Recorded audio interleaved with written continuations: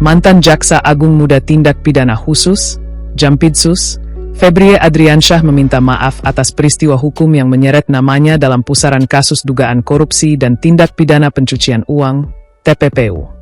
Permohonan maaf Febrie ditujukan kepada Presiden Prabowo Subianto dan Jaksa Agung ST Burhanuddin serta segenap insan adiaksa.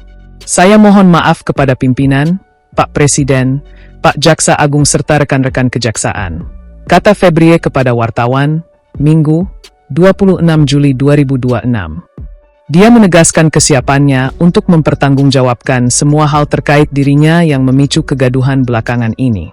Izinkan saya membuktikan kebenaran sesuai fakta-fakta hukum nanti, ucapnya. Febrie merasa dikriminalisasi atau dizalimi usai ditetapkan sebagai tersangka dan ditahan oleh penyidik. Ia menilai alat bukti yang diajukan jaksa pemeriksa masih perlu didalami dan dikonfirmasi sehingga belum cukup untuk dilakukan penahanan. Selain itu, kata dia, penyidik seharusnya melakukan ekspos berulang kali sebelum menetapkannya sebagai tersangka. Tetapi ini sudah menjadi keputusan pimpinan. Saya siap menghadapinya dan saya merasa memang ini kriminalisasi, ujarnya. Soal keberadaan emas 74 kg, Febrie mengatakan nanti penyidik yang akan menjawab siapa pemilik emas yang berada di rumahnya itu. Biar jaksa penyidik lihat, itu punya siapa dan digunakan untuk apa, kegiatan apa, nanti minta penyidik untuk jawab, imbuhnya. Untuk informasi, Kejaksaan Agung, Kejagung, resmi menetapkan mantan Jaksa Agung Muda Tindak Pidana Khusus, Jampitsus, Febrie Adriansyah sebagai tersangka kasus tindak pidana pencucian uang, TPPU.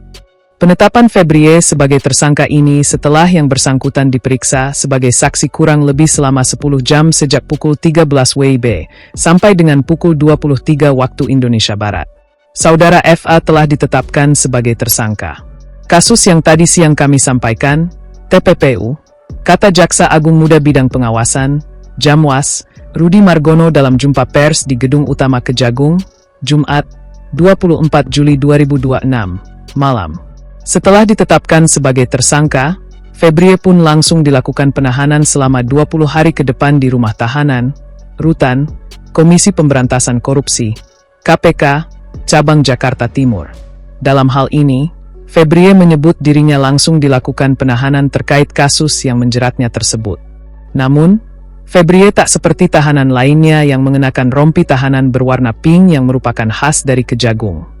Ia terlihat hanya mengenakan kemeja batik dan langsung berjalan menuju mobil tahanan yang sudah menunggu dengan penjagaan yang super ketat dari petugas Kejagung hingga aparat TNI. Febrie merasa dirinya dikriminalisasi lantaran ditahan tanpa dilakukan ekspos berulang kali sebelum menetapkan sebagai tersangka. Di sisi lain, Febrie juga mengatakan jika alat bukti terkait kasusnya harus dilakukan pendalaman lebih lanjut.